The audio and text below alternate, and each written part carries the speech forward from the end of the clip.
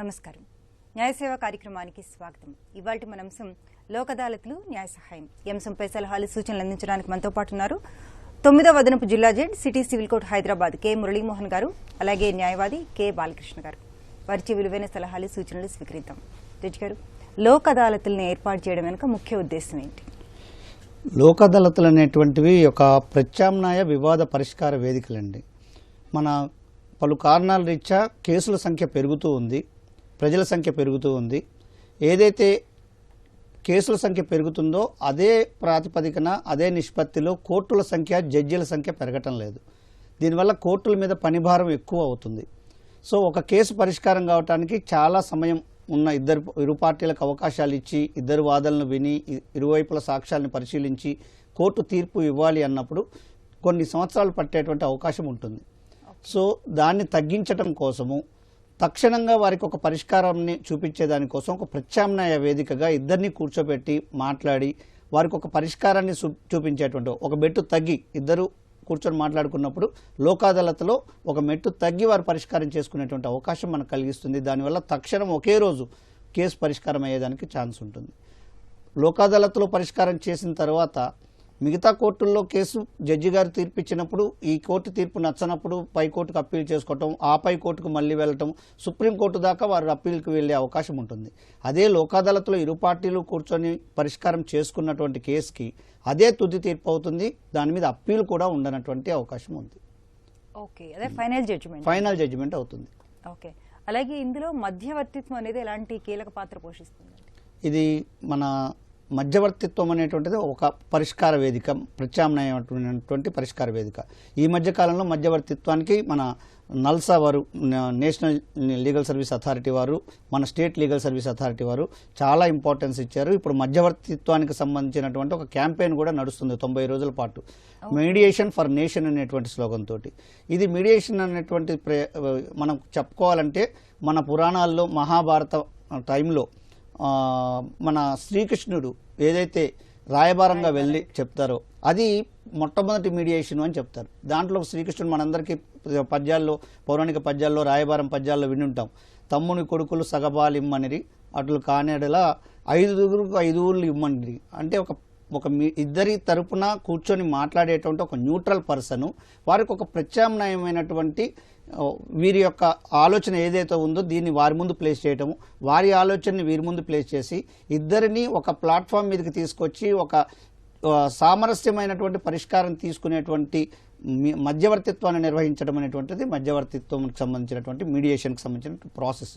దానికి ఒక mediation centre అని ప్రతి జిల్లాల్లో ఏర్పాటు చేసుకోవడం జరిగింది. లీగల్ సర్వీస్ అథారిటీ ఆధ్వర్యంలో ఒక న్యాయవాదుల్ని, వివిధ రంగాలకు సంబంధించినటువంటి ప్రముఖులకి కూడా మన మీడియేషన్లో ట్రైనింగ్ ఇవ్వటము, కోర్టులో పెండింగ్లో ఉన్నటువంటి కేసులతో పాటు ఈ మధ్య కాలంలో కమ్యూనిటీ మీడియేషన్ అనేటువంటి దాని పేరుతోటి ఆ ప్రాంతాల్లో ఉన్నటువంటి ఒక రకమైనటువంటి జీవన విధానం కలిగినటువంటి వివిధ కమ్యూనిటీలలో పెద్దల్ని కూడా మీడియేషన్లో ట్రైనింగ్ ఇచ్చి వారి సభ్యులకు సంబంధించినటువంటి సమస్యలు ఏమైనా ఉన్నప్పుడు ఆ మీడియేటర్ ద్వారా పరిష్కారం చేసుకోవడం జరుగుతుంది. ఇప్పుడు మనతో పాటు ఉన్నటువంటి న్యాయవాది గారు బాలకృష్ణ గారు సీనియర్ మీడియేటర్గా ఉన్నారు. వారు కూడా మన హైదరాబాద్ నగరంలో మీడియేషన్కి సంబంధించినటువంటి చాలామంది న్యాయవాదులు ట్రైన్ అయి ఉన్నారు. వారు కూడా ఈ మీడియేషన్లో యాక్టివ్గా చేస్తూ ఉన్నారు. తక్షణమైనటువంటి పరిష్కారం మీడియేషన్లో 2-3 సిట్టింగ్స్లో కేసులను పరిష్కారం చేసుకునేటువంటి అవకాశం ఉంటుంది.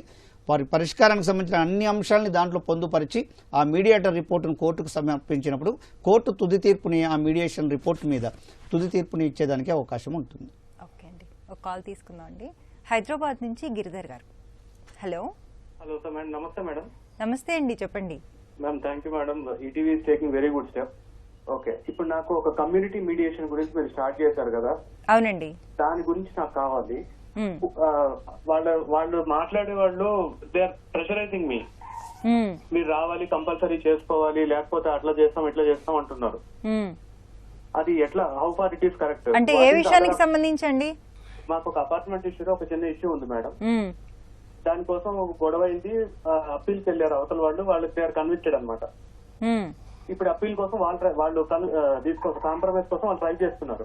ఓకే, మేము వెళ్ళడానికి సిద్ధమే, కానీ మీరు కంపల్సరీ రావాల్సిందే లేకపోతే ఊరుకోమని కమ్యూనిటీ మీడియేటర్ నన్ను బెదిరిస్తున్నాడు. నాకేమన్నా ఆల్టర్నేట్ ఆప్షన్ ఉందా దాన్ని అవాయిడ్ చేయడానికి? Okay Balakrishna, it is compulsory to go there.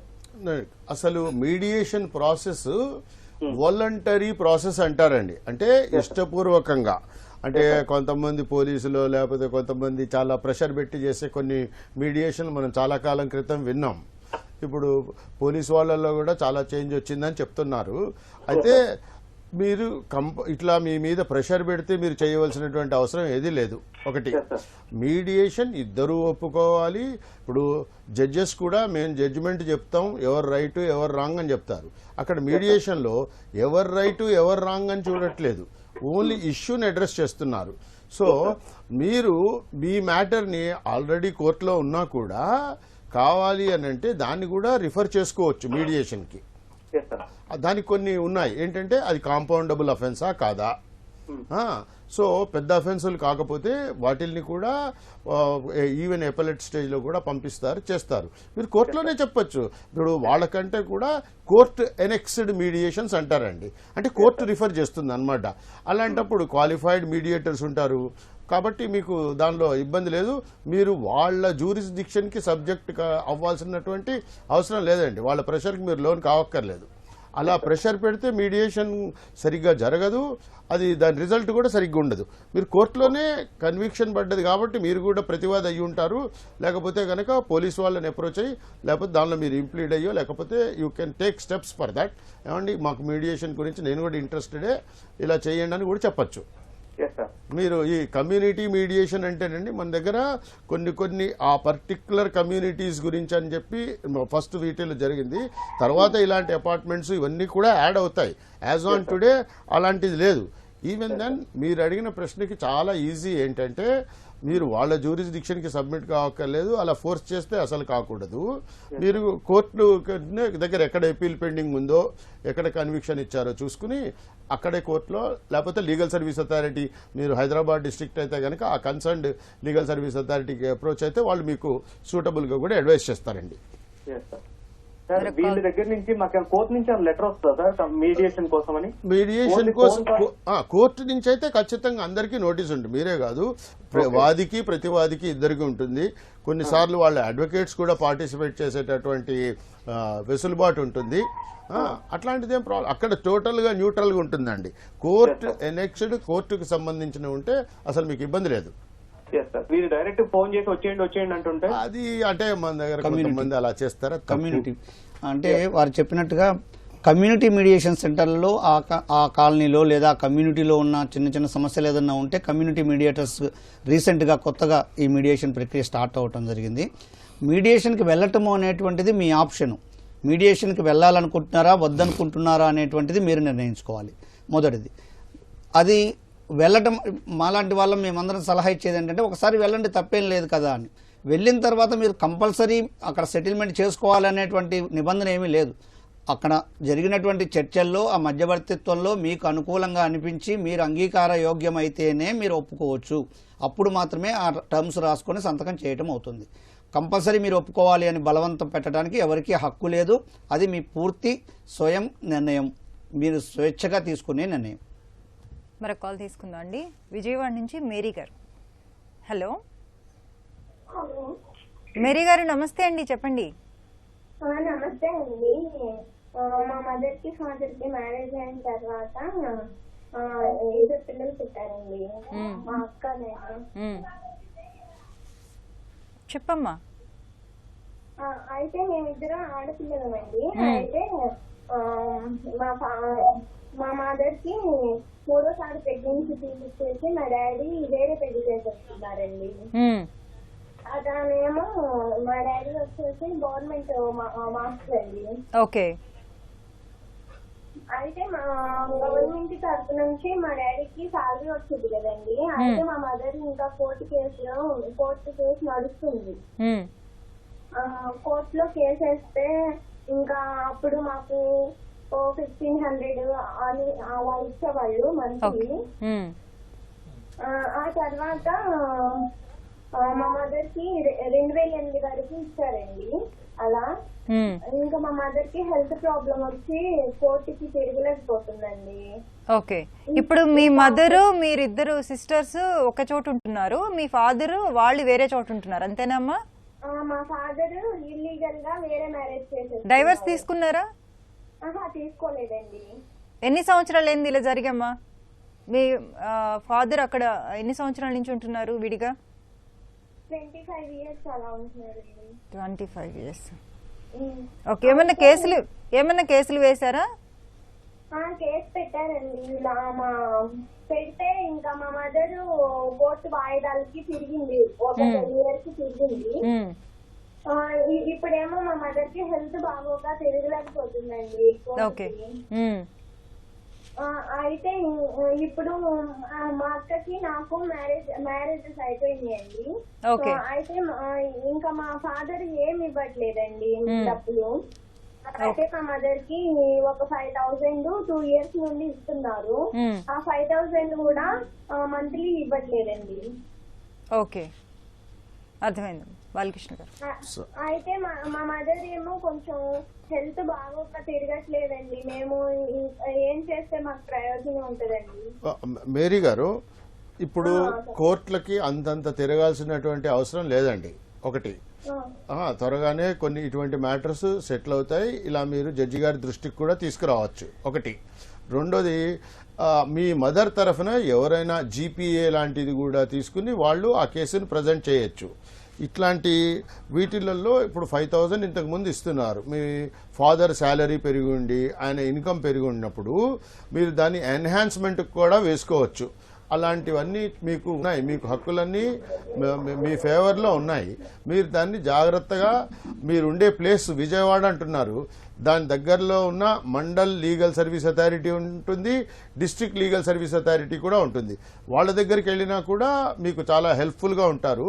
ఇలాంటి కేసెస్ చాలా ఈజీగా సెటిల్ చేసుకోవచ్చండి. దానిలో కూడా మీడియేషన్ అలాంటివి ఉన్నాయి. ఇద్దరిని పిలిపించి కూడా మాట్లాడతారనమాట. మీరు అలాంటి దాన్ని కొంచెం ట్రై చేస్తే మంచిదండి. ఇలాంటి కేసుల్లో కూడా అండి మధ్యవర్తిత్వం ద్వారా కూడా పరిష్కారం చేసుకోవచ్చు. ఏ కేసు అయితే, ఏ కోర్టులో అయితే కేసు నడుస్తుందో ఆ జడ్జి గారికి మీరు ఒక వినతి పత్రం ఇచ్చి మీ లాయర్ గారి ద్వారా ఇచ్చి ఈ కేసుని మధ్యవర్తిత్వానికి పంపండి అన్నప్పుడు నెల కోర్టు వెళ్ళి 5,000 రూపాయలు ఆయన ద్వారా తెచ్చుకోవటం అనేటువంటిది వయోభారము ఆరోగ్య రీత్యా సాధ్యం కాదు. కాబట్టి పర్మనెంట్ ఎలమోనీ కింద, పూర్తి భరణం కింద, జీవితకాలపు భరణం కింద కూడా మాట్లాడుకొని ఒక సెటిల్మెంట్ అమౌంట్ తీసుకునేదానికి కూడా అవకాశం ఉంటుంది. ఆ రకమైనటువంటి పరిష్కారం కూడా చేసుకునే వెసులుబాటు ఉంది. ఓకే. అలాగే లోక్ అదాలత్ల ద్వారా ఎలాంటి కేసులకు పరిష్కారం లభిస్తుంది? లోక్ అదాలత్లో అండి కోర్టుల్లో పెండింగ్లో ఉన్నటువంటి అన్ని రకాల సివిల్ కేసుల్ని లోక్ అదాలత్లో పరిష్కారం చేసుకోవచ్చు. అది ఆస్తికి సంబంధించినటువంటి, వాటాకు సంబంధించినటువంటి హక్కులు కావచ్చు, స్పెసిఫిక్ పర్ఫార్మెన్స్, ఏది అమ్మకాలు కొనుగోలుకు సంబంధించి అగ్రిమెంట్లు చేసుకున్న తర్వాత అవతల వ్యక్తి దాన్ని ఉల్లంఘించినప్పుడు అలాంటి సంబంధించినటువంటి కావచ్చు, ప్రామిసరీ నోటు తాలూకు కేసులు కావచ్చు. ఈ రకమైనటువంటి ఆస్తికి సంబంధించినటువంటి అన్ని వివాదాలు, అన్ని రకాల సివిల్ వివాదాలని కూడా లోక్ అదాలత్లో పరిష్కారం చేసుకునే అవకాశం ఉంటుంది. క్రిమినల్ కేసులకు సంబంధించి 138 నెగోషియబుల్ ఇన్స్ట్రుమెంట్ యాక్ట్ అంటాం, చెక్ బౌన్స్ కేసులు, ఇవి లోక్ అదాలత్లో పరిష్కారం చేసుకోవచ్చు. అలాగే కుటుంబ వివాదాలు 498A కేసు అని అందరికీ తెలిసినటువంటి కేసు, మన హెరాస్మెంట్ కేసు, భార్యాభర్తల మధ్య ఉన్నటువంటి కేసు, ఇలాంటి కేసులు. అలాగే రాజీ పడదగినటువంటి క్రిమినల్ కేసులు, చట్టంలో కొన్ని నేరాలని రాజీ పడదగిన నేరాలు, రాజీ పడలేని నేరాలు అని విభజించడం జరిగింది. ఇప్పుడు మర్డర్ కేసు, రేప్ కేసు, ఇలాంటి పెద్ద పెద్ద కేసులు ఏవైతే ఉన్నాయో వాటిని రాజీ కుదుర్చుకోవటం అనేటువంటిది చట్టం ఒప్పుకోదు. వాటిని లోక్ అదాలత్లో రాజీ పడలేము. కాకపోతే చిన్న చిన్న కొట్లాటలు, చిన్న చిన్న తగవులు, చీటింగ్ కేసులు, ఇలాంటివి ఏమన్నా ఉన్నప్పుడు, యాక్సిడెంట్ కేసులు, యాక్సిడెంట్లో గాయాలతో బయటపడ్డ కేసులు ఉంటాయి, అలాంటి కేసులు, వీటన్నిటిని కూడా రాజీ పెట్టేదానికి అవకాశం ఉంటుంది. కాకపోతే డౌరీ హెరాస్మెంట్ కేసు, 498A కేసులు ఏవైతే ఉన్నాయో, 498A కేసెస్, వీటిని పరిష్కారం చేసుకోవాలి అంటే కోర్టు ఒక 3 నెలలు వాళ్ళని పరిశీలిస్తుంది. ఇద్దరు రాజీ పడతాము అని భార్యాభర్త వచ్చి కోర్టుకు చెప్పినప్పటికీ కూడా ఒక 3 నెలల పాటు వీళ్ళు సఖ్యతగా ఉంటున్నారా లేదా అని పరిశీలించి 3 నెలల తర్వాత మళ్ళీ వాళ్ళని పిలిచి ఇద్దరు కూడా మళ్ళీ రాజీకి అంగీకారం అని చెప్తేనే అప్పుడు మాత్రమే అలాంటి కుటుంబానికి సంబంధించినటువంటి వివాదాలని పరిష్కారం చేసేదానికి అవకాశం ఉంటుంది. మరొక కాల్ తీసుకుందాం అండి. శంకర్ గారు బెల్లంపల్లి నుంచి. హలో, చెప్పండి. మీ సమస్య ఏంటో చెప్పండి శంకర్ గారు. నేను భూమి కొనసాగు పోయినా మా రిటైర్ అయినాక. ఓకే. భూమి కొనసాగు పోతే పైసలు తీసుకున్నారు, వాళ్ళు భూమి ఇస్తలేరు, పైసలు ఇస్తలేరు. ఇవ్వకపోతే పోలీసు వాళ్ళు కేసు పెట్టిండ్రు. ఉమ్, కేసు నడుస్తున్నా, నాకు 70 సంవత్సరాల వయసు, నాకు ప్రాణం కొంచెం మంచిగా ఉంటలేదు. దాన్ని లోక్ అదాలత్లో ఎట్లా పెట్టుకోవాలి? మీరు ఎలా ఇచ్చారండి వాళ్ళకి? డబ్బు రూపంలో ఇచ్చారా లేకపోతే చెక్ రూపంలో ఇచ్చారా? డబ్బు రూపంలో ఇచ్చిన ఒక లాయర్ దగ్గర నోటర్ రాసిస్తున్నామ్మా. ఉమ్, ఇంకొకటేమో బ్యాంకు నుంచి పంపించిన వాళ్ళ అకౌంట్ కు. ఓకే. ఉమ్, మొత్తం 16 లక్షలు ముక్కినాయి. ఓకే. 5 ఎకరాల 6 ఎకరాల 19 గుంటల జాగా. ఉమ్, రిటైల్ అవుతుందో కదా, అక్కడ వ్యవసాయం చేసుకుందాం అనుకోతే వాళ్ళని మోసం చేసిండు. 4 సంవత్సరాలు అవుతుంది. ఉమ్, కేసు పెట్టిన వాళ్ళు కేసుకు వస్తాడు కావచ్చు కానీ ఇప్పుడు నీ కేసు కాదు, ఇప్పుడు నీ కేసు కాదని వాళ్ళ లాయర్ చెప్తుండు. ఉమ్, ఇక నేను గవర్నమెంట్ లాయర్ కలిస్తే ఆ లాయర్ ఇప్పుడు కాదే నీ కేసు అంటే వాళ్ళేమంటారు, నువ్వు చచ్చిపోయినా కూడా నీ కేసు కాదు, మేము లోక్ అదాలత్ రాము, ఎక్కడికి రాము, ఏది కాదు, నువ్వు పో ఇక పో, నీ భూమి పైసలు పోయినాయి పో అని వాళ్ళు అంటుర్రమ్మా. ఓకే.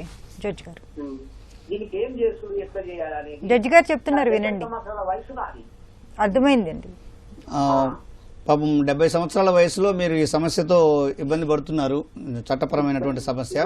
బీపీ అన్ని వచ్చినాయి అయ్యా. సరే, దీనికి పరిష్కారము అన్నప్పుడు మీరు ఒక న్యాయవాది ద్వారా కానీ లేదా మీరు న్యాయవాదిని పెట్టుకునే స్తోమత మీకు లేకపోతే లీగల్ సర్వీస్ అథారిటీ న్యాయ సేవాధికార సంస్థని మీకు దగ్గరలో కార్యాలయం ఉంటుంది, కోర్టులోనే ఆ ఆఫీస్ ఉంటుంది. అక్కడికి వెళ్ళి మీరు ఒక లాయర్ని ఏర్పాటు చేయమని అడిగితే మీకు ఒక లాయర్ని ఏర్పాటు చేస్తారు.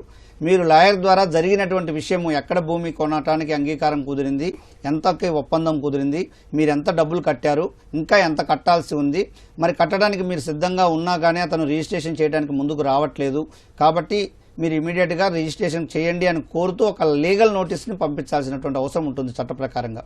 ఆ రకంగా లాయర్ నోటీస్ పంపించిన తర్వాత కూడా అతని నుంచి ప్రతిస్పందన లేకపోతే మీరు కోర్టులో సివిల్ సూట్ వేసుకోవాల్సి ఉంటుంది. స్పెసిఫిక్ పర్ఫార్మెన్స్ అంటారు. మీరు మీ ఏదైతే అగ్రిమెంట్ ఉందో ఆ అగ్రిమెంట్ని అమలు చేయడం కోసం కోర్టు ద్వారా ఆర్డర్ తెచ్చుకోవాల్సి ఉంటుంది. ఆ రకమైనటువంటి దావా మీరు ఫైల్ చేసి మీరు అతనికి వ్యతిరేకంగా సాక్ష్యాలు ఏవైతే ఉన్నాయో అవన్నీ మీకు అనుకూలమైన సాక్ష్యాలు కోర్టు ముందు ప్రవేశపెట్టిన తర్వాత మీకు కోర్టు తీర్పు మీకు అనుకూలంగా వచ్చేదానికి అవకాశం ఉంటుంది. దీంట్లో వారి లాయర్ గారు, మీరు లాయర్ గారు, మీ ఇద్దరు పార్టీలు కూడా అనుకుంటే మధ్యవర్తిత్వం ద్వారా కూడా ఈ కేసును పరిష్కారం చేసుకునే అవకాశం ఉంటుంది. కాబట్టి మీరు ఈ కేసుని కోర్టులో ఫైల్ చేసుకున్న తర్వాత, ఇప్పుడు పోలీస్ స్టేషన్లో క్రిమినల్ కేసు పెట్టారన్నారు, మరి ఏ సెక్షన్ల కింద పెట్టారు, ఏ రకమైనటువంటి చీటింగో లేకపోతే మరి ఏ రకమైన సెక్షన్ పెట్టారనేటువంటిది కాగితాలు చూడకుండా మనం చెప్పలేము. కాబట్టి ఆ కేసు అది పక్కన పెడితే మీకు సివిల్ రైట్ ప్రకారము, సివిల్ చట్టం ప్రకారము మీకున్నటువంటి హక్కు, దావా వేసుకునేటువంటి హక్కు అయితే మీకు ఉంటుంది. ఇది సత్వర పరిష్కారం కావాలి అంటే ఇద్దరు ఒక మెట్టు దిగొచ్చి పరిష్కారం చేసుకుంటే అవుతుంది. మీకు 2 రకాల పరిష్కారాలకి అవకాశం ఉంటుంది. ఒకటి, మీ భూమి ఏదైతే అగ్రిమెంట్ కుదిరిందో ఆ అగ్రిమెంట్ ఉన్నటువంటి భూమిని మీ పేరు మీద రిజిస్టర్ చేయడం కోసము డిమాండ్ చేయటము అనేటువంటిది మొదటిది అయితే, రెండవది మీరు కట్టినటువంటి ప్రత్యామ్నాయంగా మీరు కట్టినటువంటి డబ్బుల్ని వడ్డీతో సహా నాకు ఇప్పించండి, మరియు నష్టపరిహారం కూడా ఇప్పించండి అని చెప్పి మీరు అడిగేటువంటి హక్కు కూడా చట్టంలో మీకు వెసులుబాటు ఉంది. ఈ 2 రకాలుగా మీరు మీ న్యాయం కోసం పోరాడేదానికి మీకు చట్టం వెసులుబాటు కల్పిస్తుంది. జడ్జి గారు, అలాగే మధ్యవర్తిత్వం ద్వారా కలిగే లాభాలేంటి, సౌలభ్యం ఏంటి?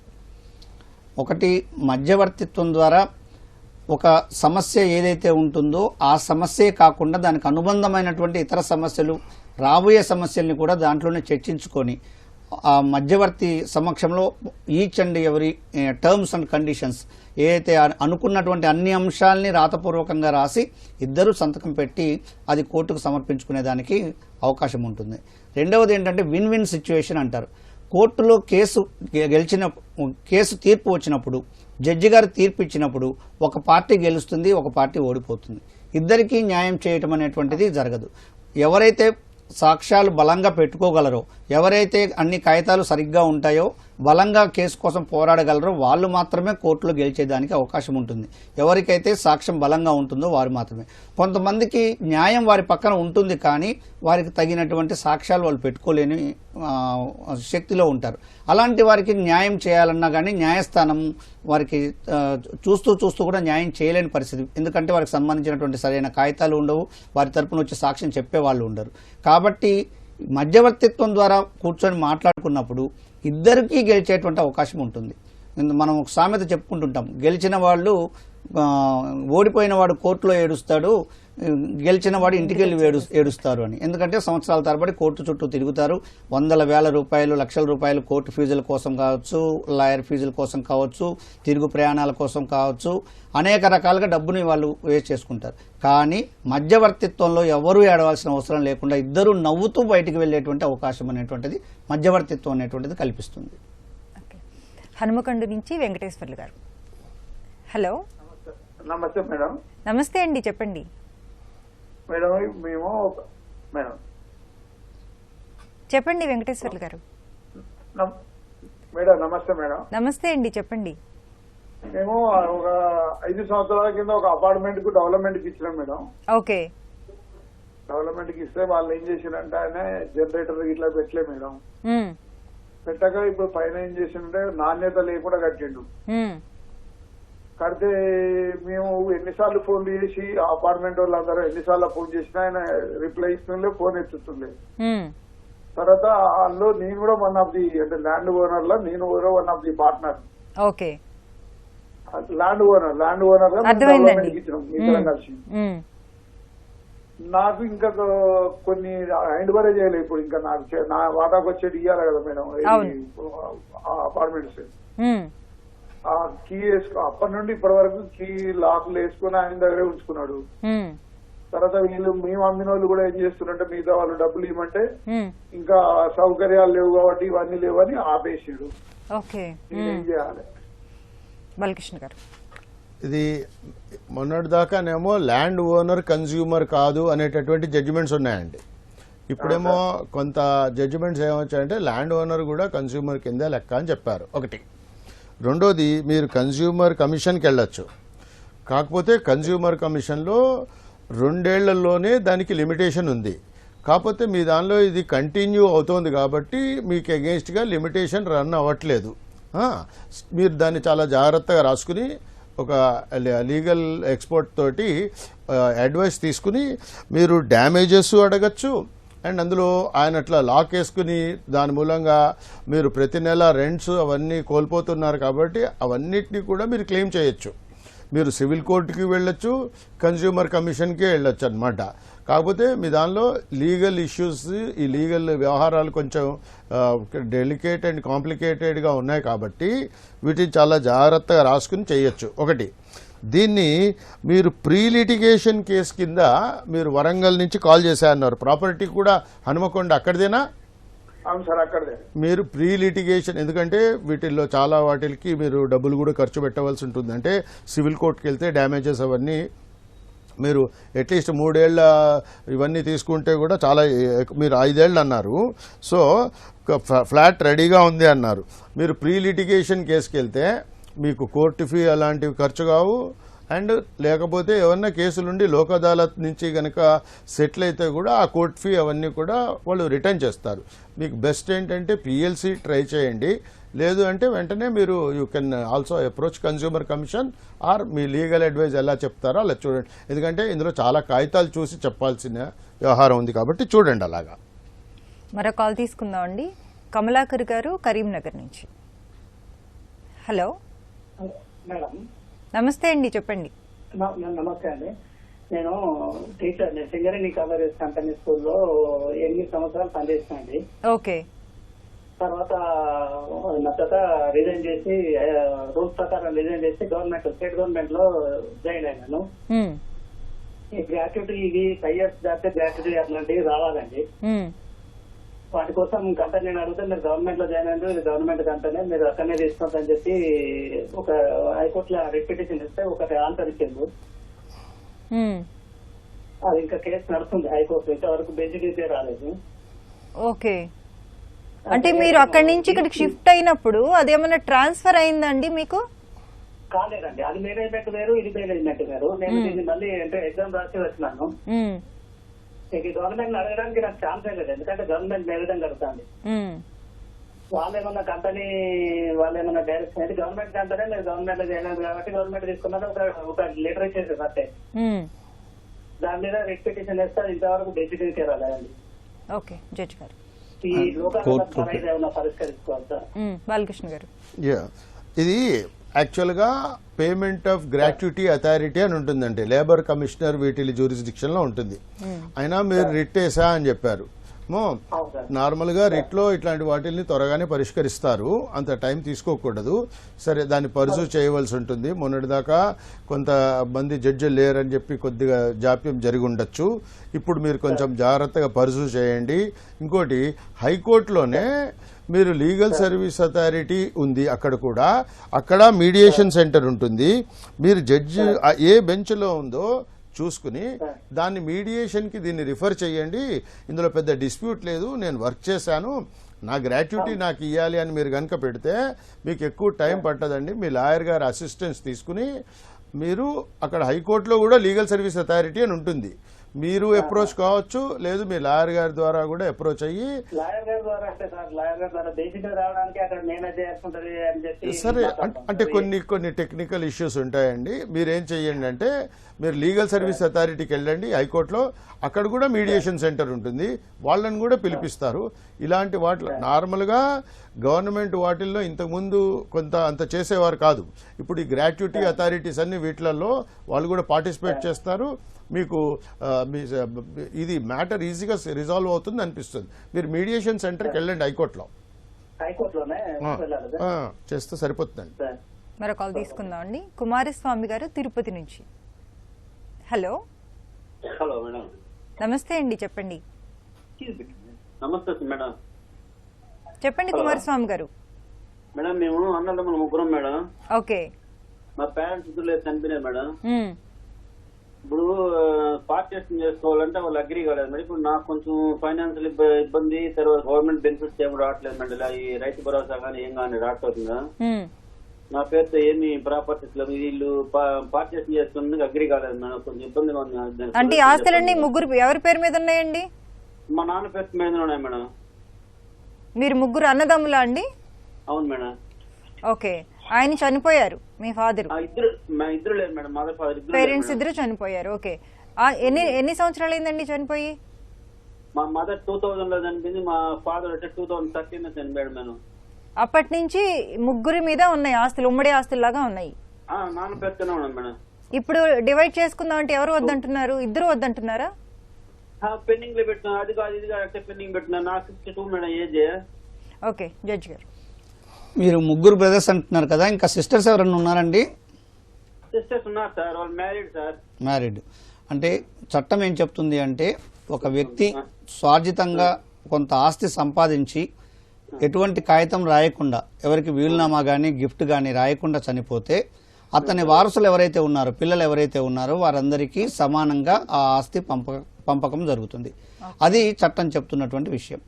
వీరికి తండ్రి గారు చనిపోయారు, స్వార్జితమైనటువంటి ఆస్తి వదిలేసి వెళ్ళిపోయారు అన్నప్పుడు ఆ తండ్రి గారికి సంతానం ఎవరైతే ఉన్నారో వారందరికీ కూడా ఈ చట్ట ప్రకారము ఆస్తి చెందేటువంటి అవకాశము, సమానంగా చెందేటువంటి అవకాశం ఉంటుంది. వీరు హక్కుగా పార్టిషన్ అంటారు దాన్ని, భాగ పంపిణీ కోసం హక్కుగా అడిగేదానికి అవకాశం ఉంది. ఇప్పుడు రెండు రకాలు, ఒకటి కోర్టులో డైరెక్ట్గా కేసు వేసుకొని ఒక లాయర్ నోటీస్ పంపించి డిమాండ్ చేయటం ఒకటి, తర్వాత కోర్టులో కేసు వేసుకోవటం ఒకటి. కోర్టు దాకా వెళ్లకుండా ముందే పరిష్కారం చేసుకొని ఖర్చులు లేకుండా ఒక తెల్ల కాగితం మీద మాకు పలానా ప్రాపర్టీ ఉంది, మా నాన్నగారు పలానా తేదీన చనిపోయారు, మేము ఇంతమంది పిల్లలం, మాకు ఈ ఆస్తికి సంబంధించినటువంటి హక్కుదారులం, మాకు పలానా సోదరులు వాళ్ళు వాళ్ళ చేతిలో ఉంచుకొని మాకు వాటా ఇవ్వట్లేదు, కాబట్టి మీరు పిలిపించి మాట్లాడి నా వాటా నాకు ఇప్పించగలరు అని చెప్పి మీరు ఒక తెల్ల కాగితం మీద దరఖాస్తు రాసి, మీకు తిరుపతిలో కోర్టు ప్రాంగణంలోనే, కోర్టు కాంపౌండ్లోనే న్యాయ సేవాధికార సంస్థ అని కార్యాలయం ఉంటుంది, లీగల్ సర్వీస్ అథారిటీ అంటారు, కోర్టులోనే ఉంటుంది. ఆ ఆఫీస్కి వెళ్ళి అక్కడ మీరు ఒక దరఖాస్తు ఇచ్చారు అంటే మీ బ్రదర్స్ని పిలిపించి మిమ్మల్ని వారిని కూర్చోబెట్టి మాట్లాడి మీకున్నటువంటి హక్కు ఏంటి, వారికి ఉన్నటువంటి హక్కు ఏంటి, దాన్ని ఎలా బాగా పంపిణీ చేయాలి అని చెప్పేసి మాట్లాడి ఒక పరిష్కారం చేసుకునేటువంటిది అవకాశం ఉంటుంది. దీనిని ప్రీ లిటిగేషన్ కేసు అంటారు. అంటే కోర్టు దాకా వెళ్ళక ముందే పరిష్కారం చేసుకునేటువంటి ఒక ఫోరం ఇది. ఆ రకమైనటువంటి పరిష్కారం కూడా మీకు దొరుకుతుంది. అక్కడ వాళ్ళు వినకుండా లేకపోతే మొండిగా వ్యవహరించి మీరేం చేస్తారో చేసుకోండి, మేము ఇచ్చేది లేదు అనేలాగా ఎవరైనా బ్రదర్స్ ఎప్పుడైనా మాట్లాడిన సందర్భాలు ఉన్నప్పుడు అప్పుడు తప్పని పరిస్థితుల్లో కోర్టులో కేసు వేసుకోవాల్సినటువంటి అవకాశం ఉంటుంది. అప్పుడు కూడా మధ్యవర్తిత్వం ద్వారా కోర్టులో కేసు వేసుకున్నాక కూడా మధ్యవర్తిత్వం ద్వారా పరిష్కారం చేసుకునేదానికి ఒక అవకాశం ఈ డోర్ ఎప్పుడూ ఓపెన్ అయ్యే ఉంటుంది. Okay, thank you so much అండి. ఇప్పటివరకు మన లోక్ అదాలత్లు న్యాయ సహాయం అంశంపై సలహాలు సూచనలు స్వీకరించాం. వచ్చే శనివారం 9:30 న్యాయ సేవ కార్యక్రమంలో మళ్ళీ కలుసుకుందాం. అంతవరకు సెలవు. నమస్కారం.